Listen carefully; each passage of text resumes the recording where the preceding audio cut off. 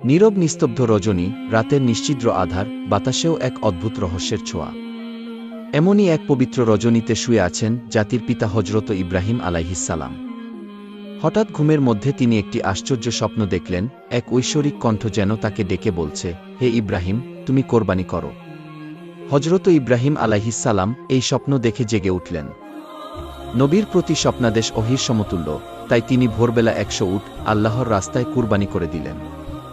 পরের দিন আবার তিনি শুয়ে রয়েছেন, ঘুমের ভেতরে আবার ভেসে আসলো অলৌকিক সেই কণ্ঠস্বর, কে যেন তাকে বলছেন, হে ইব্রাহিম, তুমি আল্লাহর রাস্তায় কুরবানি করো। তিনি এবারেও দ্বিধাহীন মনে আরও ১০০ উট আল্লাহর রাস্তায় কুরবানি করলেন। তবুও শান্তি এলো না তার মনে, তার হৃদয়ের গহীনে যেন কিছু বলছে, মনে হচ্ছে আল্লাহ রব্বুল আলামিনের দরবারে তার এই কুরবানি কবুল হয়নি। অতঃপর তৃতীয় দিন তিনি যখন আবার বিছানায় শায়িত, তখন আবার ভেসে আসলো সেই দৈববাণী, এক ঐশ্বরিক কণ্ঠ যেন তাকে ডেকে বলছে, হে ইব্রাহিম, তুমি আল্লাহর রাস্তায় তোমার সবচেয়ে প্রিয় বস্তুটি কুরবানি করো। পরের দিন সকালে হজরত ইব্রাহিম আলাইহিসসালাম গভীর চিন্তায় মগ্ন হলেন। তিনি ভাবতে লাগলেন, আমি পরপর ২ দিন ২০০ উট আল্লাহর রাস্তায় কুরবানি করলাম, তবুও কেন মনে হচ্ছে এই কুরবানি যেন কবুল হয়নি। তবে কি আল্লাহ তাআলা আমার নিকট থেকে অন্য কিছু চাইছেন? তিনি আরও ভাবলেন, বারবার যে স্বপ্ন আসছে সেখানে তো স্পষ্ট করে বলা হয়েছে, হে ইব্রাহিম, তুমি তোমার সবচেয়ে প্রিয় বস্তুটিকে আমার রাহে কুরবানি করো। এবার তিনি বুঝতে পারলেন, এই দুনিয়ায় তার সবচেয়ে প্রিয় জিনিস তার পুত্র ইসমাইল, এবং আল্লাহ তার নিকট থেকে তার সবচেয়ে প্রিয় জিনিসটির ত্যাগ চাইছেন। এই কথা ভেবে তার বুক কেঁপে উঠল। যখন হজরত ইব্রাহিম আলাইহিসসালামের বয়স ছিল ৮৬ বছর, তখনই তার গৃহে জন্ম নিয়েছিলেন ইসমাইল আলাইহিসসালাম।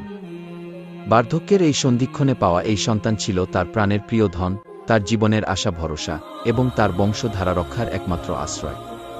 কিন্তু যখন আল্লাহ তাআলা এই প্রিয় সন্তানকেই কুরবানি করার নির্দেশ দিলেন, ইব্রাহিম আলাইহিসসালামের হৃদয়ে একটু দ্বিধার জন্ম নিল না। তিনি মনে মনে প্রতিজ্ঞা করলেন, যদি আল্লাহর ইচ্ছা হয় যে আমাকে আমার প্রিয় পুত্র ইসমাইলকে কুরবানি করতে হবে, তবে আমি বিন্দুমাত্র পিছু হাঁটব না। আল্লাহর মোহাব্বত এবং সন্তুষ্টির পথে দুনিয়ার কোনো কিছুকেই আমি বাধা হতে দেব না। এরপর আল্লাহর প্রিয় নবী হজরত ইব্রাহিম আলাইহিসসালাম আল্লাহর নির্দেশে তার একমাত্র পুত্র ইসমাইলকে কোরবানি দেওয়ার পবিত্র সংকল্প গ্রহণ করলেন। যেমন ভাবনা তেমন কাজ। ভোরবেলায় হজরত ইব্রাহিম আলাইহিসসালাম অত্যন্ত বারাক্রান্ত মন নিয়ে মক্কার পথে রওনা করলেন। সঙ্গে তিনি আস্তিনের মধ্যে একখানা ছুরি ও কিছু রশি নিলেন। অনেক পথ অতিক্রম করার পর মক্কায় পৌঁছে তিনি বিবি হাজেরার গৃহে গিয়ে বসলেন।